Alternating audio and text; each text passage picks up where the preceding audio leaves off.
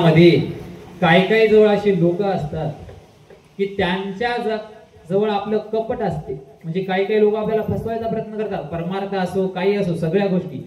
या सगळ्या गोष्टीमध्ये आपण सावकाश असलं पाहिजे. कसं सावकाश असलं पाहिजे? आपल्याला सहज एखादा व्यक्ती बोलतो, बोलल्याच्या नंतर त्याच्या मागे काहीतरी कपट असू शकते, म्हणून एकाग्रतेने एकांतामध्ये आपली साधना करा. जास्त लोकांच्या नादी लागू नका.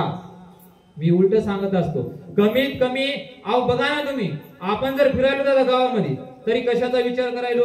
लोक कायचा विचार करायचा आहे की नाही? आता मी म्हणत लोकांचा विचार करायला मी बसल्या आता येथून गेल्यावर कोण म्हणाल बुवा कीर्तन चांगलं झालं, कोण लय चांगलं सांगितलं. आता मी याची अपेक्षा पाहिलं की नाही?